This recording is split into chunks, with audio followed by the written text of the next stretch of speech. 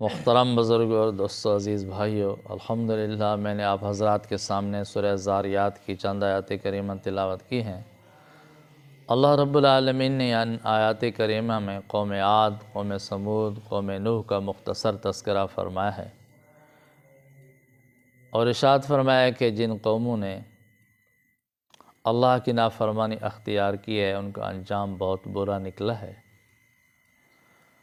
تو اب بھی تمہارے لیے وقت ہے، مہلت ہے، ایمان لے آؤ، توبہ کر لو تو نجات پا جاؤ گے۔ اگر تم ایمان نہ لے آئے، اللہ کی نافرمانی پر ڈٹے رہے تو جو انجام گزشتہ نافرمان قوموں کا نکلا ہے وہی انجام تمہارا نکلے گا۔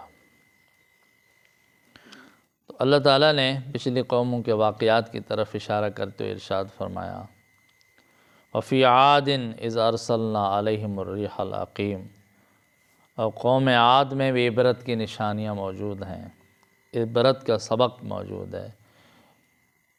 جب ان کے پاس اللہ کا نبی آیا، اللہ کا رسول آیا، انہوں نے نافرمانی کی، اللہ کے رسول کی مخالفت کی تو پھر ان پر اللہ کا عذاب آیا۔ اِذْ أَرْسَلْنَا عَلَيْهِمُ الرِّيحَ الْعَقِيمَ، ہم نے ان پر آندھی بھیجی جو ہر خیر سے بانجھ تھی، یعنی عذاب تھا اس آندھی میں۔ ویسے تو ہوا انسان کی بنیادی ضرورت ہے، ہوا کے بغیر انسان زندہ نہیں رہ سکتا، لیکن اللہ تعالیٰ نے اسی ہوا کو ان کے لیے موت کا سبب بنا دیا۔ سخت آندھی تھی، زبردست طوفان تھا، اور ایسی زبردست آندھی تھی کہ جس میں کوئی خیر نہیں تھی۔ ویسے تو ہوا میں خیر ہوتی ہے، بادل لے آتی ہے، بارش لے آتی ہے، ٹھنڈی ہوائیں چلتی ہیں، لیکن اس ہوا میں کوئی خیر نہیں تھی، عذاب تھا۔ قوم عاد پر آندھی کا عذاب آیا، طوفان آیا۔ ما تَذَرُ مِنْ شَيْءٍ أَتَتْ عَلَيْهِ إِلَّا جَعَلَتْهُ كَالرَّمِيمِ، ایسی زبردست آندھی تھی کہ جس چیز پر بھی گزرتی اس کو ریزہ ریزہ کر دیتی تھی، چورا چورا کر دیتی تھی، ختم کر دیتی۔ اللہ تعالیٰ کی اپنی قدرت ہے۔ اسی ہوا کو اللہ تعالیٰ نے زندگی کا سبب بنایا اور اسی ہوا کو اللہ تعالیٰ نے موت کا سبب بنا دیا۔ اسی ہوا کو اللہ تعالیٰ رحمت کا سبب بناتے ہیں، اسی ہوا کے ذریعے بادل لاتے ہیں، بارشیں برساتے ہیں، پھر اس کے ذریعے فصلات اگاتے ہیں، باغات اگاتے ہیں، سبزیاں، ترکاریاں، پھل پھول لگ جاتے ہیں۔ لیکن جب اللہ چاہتے ہیں تو پھر اسی ہوا کو عذاب بنا دیتے ہیں، تباہی کا سبب بنا دیتے ہیں۔ اللہ رحم فرمائے۔ تو یہ پچھلی قوموں کے واقعات عبرت کے لیے بیان کیے جا رہے ہیں۔ آج کل ہمارے ملک پاکستان میں بھی زبردست طوفان، آندھیاں چل رہی ہیں، ژالہ باری ہو رہی ہے، بہت بڑی بڑی، حیران کن، جیسے پتھر ہوتے ہیں، پتھروں کی طرح، موٹے موٹے پتھروں کی طرح بارش ہو رہی، ژالہ باری، اور اس نے تباہی مچا دی ہے جہاں پر ژالہ باری ہوتی، باغات کی، فصلات کی، دوسری چیزوں کی۔ یہ اللہ کے عذاب ہیں۔ اللہ تعالیٰ ہمیں توبہ کی توفیق عطا فرمائے، اللہ تعالیٰ ہمیں معاف فرمائے اور ہمیں ان عذابوں سے محفوظ فرمائے۔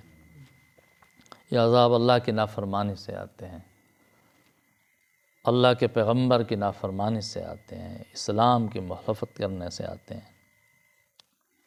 اور اسی طرح فرمایا کہ عبرت کا نشان تھا اس قوم میں بھی، وَفِي ثَمُودَ إِذْ قِيلَ لَهُمْ تَمَتَّعُوا حَتَّىٰ حِينٍ، اور قوم سمود کے واقعے میں بھی عبرت کا نشان ہے، ان میں بھی ہم نے نشانیاں چھوڑی ہیں۔ صالح علیہ السلام کی قوم تھی۔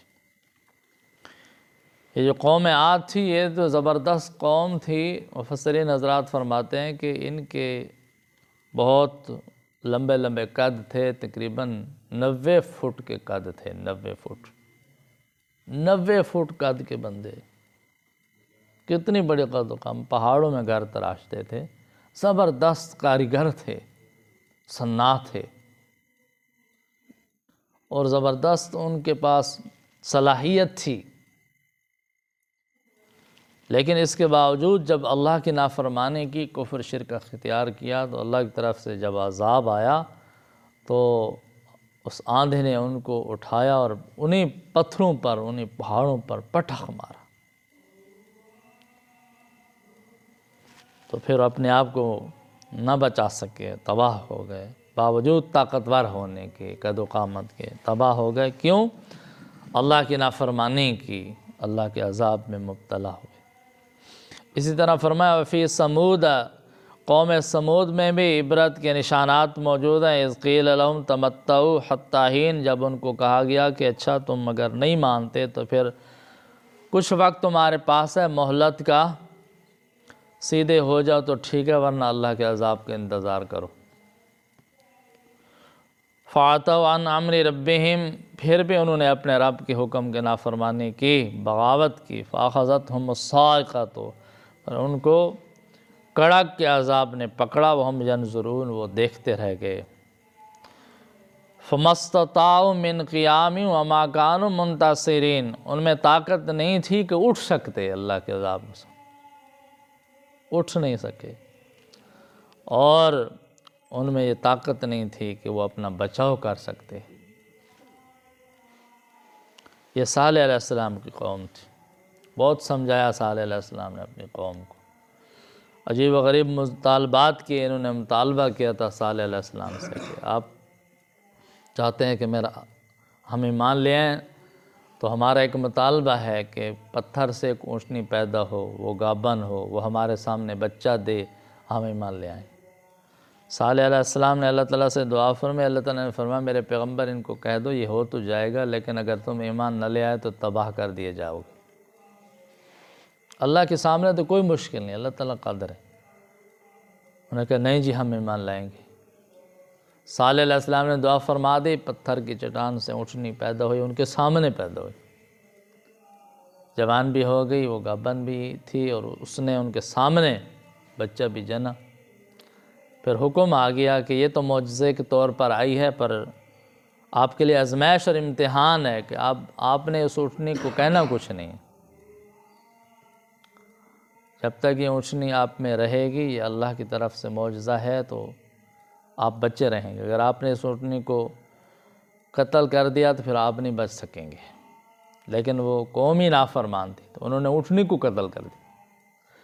پھر صالح علیہ السلام کو پتہ چلا تو صالح علیہ السلام نے فرمایا آپ نے اللہ کے عذاب کو دعوت تو دے دی ہے، اب اس کے بچے کو تلاش کرو، اس کو جانے نہیں دینا، اگر وہ غائب ہو گیا تو پھر اللہ کا عذاب آ رہا ہے۔ تو انہوں نے کوشش کی بچے کو تلاش کرنے کی، تو وہ بھی جنگل کی طرف چلا گیا اور چیختا چلاختا بھاگ گیا، دوڑتا ہوا چلا گیا، اور وہ بھی ان سے غائب ہو گیا۔ پھر صالح علیہ السلام کو آ کر بتایا کہ بچہ بھی غائب ہو گیا، فرمایا اب اللہ کا عذاب آ رہا ہے۔ تو پھر اللہ کا عذاب آیا تو اللہ تعالیٰ فرماتے ہیں کہ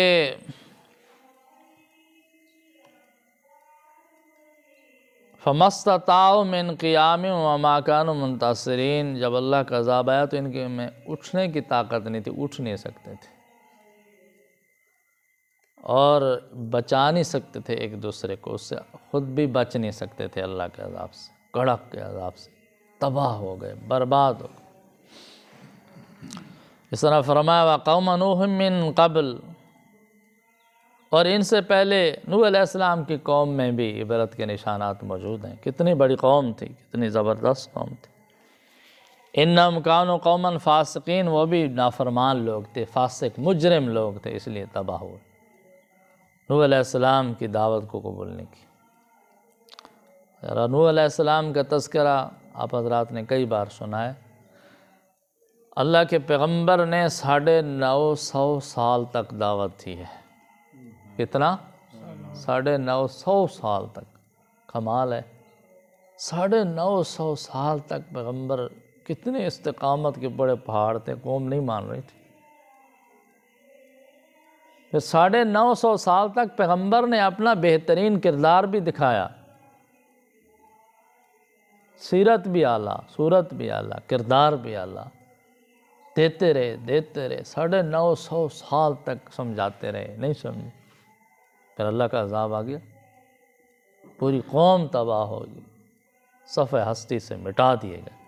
اللہ تعالیٰ نے یہ واقعات بیان فرما کر اہل مکہ کو، اہل عرب کو، پوری انسانیت کو دعوت دی ہے کہ نافرمانی کا انجام اللہ کا عذاب ہے، کفر شرک کا انجام اللہ کا عذاب ہے۔ اگر نجات چاہتے ہو تو ایمان لے آؤ، اللہ اور اس کے رسول کی فرمان برداری اختیار کرو، اسی میں آپ کی دنیا آخرت کی کامیابی ہے اور نجات ہے۔ دعا ہے کہ اللہ تعالیٰ ہم سب کو قرآن کریم کی ان ہدایات پر عمل کرنے کی توفیق عطا فرمائے۔ وآخر دعوانا الحمد للہ رب العالمین۔